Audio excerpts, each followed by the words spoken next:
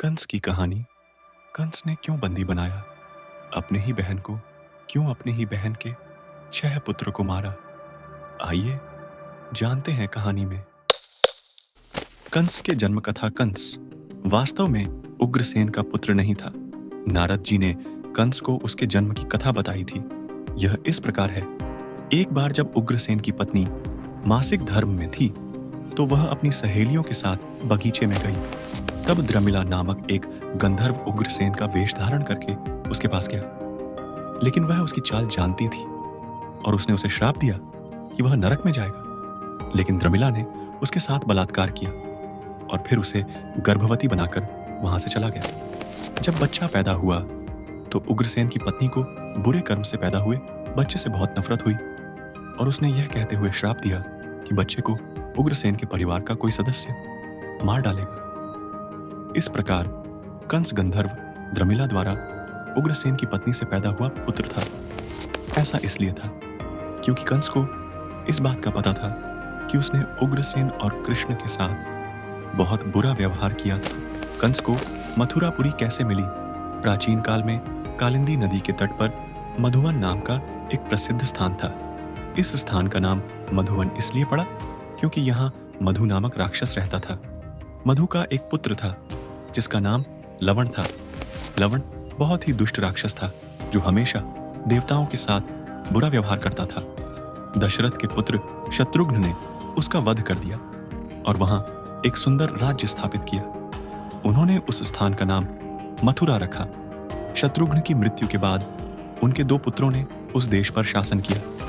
फिर जब सूर्यवंश का विनाश हो गया तो मथुरा नगरी यदुवंश के कब्जे में आ गई। उस समय यहाँ शूरसेन नामक एक बहुत ही वीर और पराक्रमी शासक का शासन था। श्री कृष्ण के पिता वासुदेव शूरसेन के पुत्र थे। शूरसेन की मृत्यु के बाद यादव वंश के दूसरे राजा उग्रसेन यहाँ के शासक बने। वासुदेव ने गौपालन को अपना पेशा बना लिया। कंस ने उग्रसेन को बंदी बनाकर राजा बन गया। वसुदेव और देवकी को कैद कर लिया गया। कंस की बहन देवकी की शादी वासुदेव के साथ हुई। कंस बहुत प्रसन्न था। उसने देवकी को एक रथ भेंट दी और खुद रथ चलने लगा। उन्हें बैठा के तभी आकाश से आकाश बनी हुई और कहा कि देवकी का 8वां पुत्र तुम्हारे मृत्यु का कारण होगा। कंस ने यह सुनकर देवकी और वासुदेव को काल कोठरी में डाल दिया। कंस का षड्यंत्र। यह सोचकर कि उसका हत्यारा कहीं पैदा हुआ है, वह बेचैन हो गया। उसने वासुदेव और देवकी को निर्दोष पाया और उन्हें छोड़ दिया। फिर वह उदास होकर भविष्य के बारे में सोचने लगा। तब दरबारियों ने उसे सलाह दी कि वह पिछले 10 दिनों में पैदा हुए सभी बच्चों को मार डाले और इसमें हत्यारा भी शामिल होगा। तदनुसार कंस ने देश के विभिन्न भागों में अपने गुप्तचरों को भेजकर 10 दिन के सभी बच्चों को मार डाला। इस अभियान के दौरान पूतना, शकट, तृणावर्त, अरिष्टक और केशी ने भी श्री कृष्ण को मारने की कोशिश की, लेकिन कृष्ण ने उन सभी को आसानी से मार डाला। कंस मारा गया अरिष्टक उन प्रमुख असुरों में से एक था जिसे कृष्ण को मारने के लिए भेजा गया था। उसने बैल का रूप धारण करके कृष्ण पर हमला किया। श्री कृष्ण ने बिना किसी कठिनाई के उसे मार डाला। नारद ने यह घटना देखी और कंस को बताया कि कृष्ण और बलराम केवल वसुदेव के पुत्र थे और जो बच्चा उनके हाथों से छूटा वह यशोदा का बच्चा था। कंस क्रोधित हो गया और उसने फिर से वसुदेव और देवकी को कैद कर लिया और श्री कृष्ण और बलभद्र राम को मथुरा ले आया और उन्हें मारने के तरीके और उपाय सोचने लगा।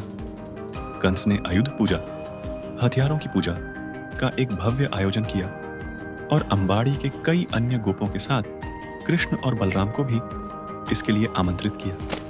उसने अक्रूर के साथ अपना रथ अंबाड़ी से कृष्ण और बलराम को लाने के लिए भेजा। अक्रूर ने कंस के बुरे इरादों के बारे में कृष्ण को निजी तौर पर बताया। नंदगोप और अंबाड़ी के कई अन्य लोग मथुरा के लिए रवाना हुए। जब श्री कृष्ण और बलभद्र राम ने रथ पर सवार होकर अपनी यात्रा शुरू की तो वहां एकत्रित गोप और गोपिकाएं जोर जोर से रोने लगी। कुछ ने अक्रूर को दोषी ठहराया। कृष्ण और बलराम मथुरा पहुंचे।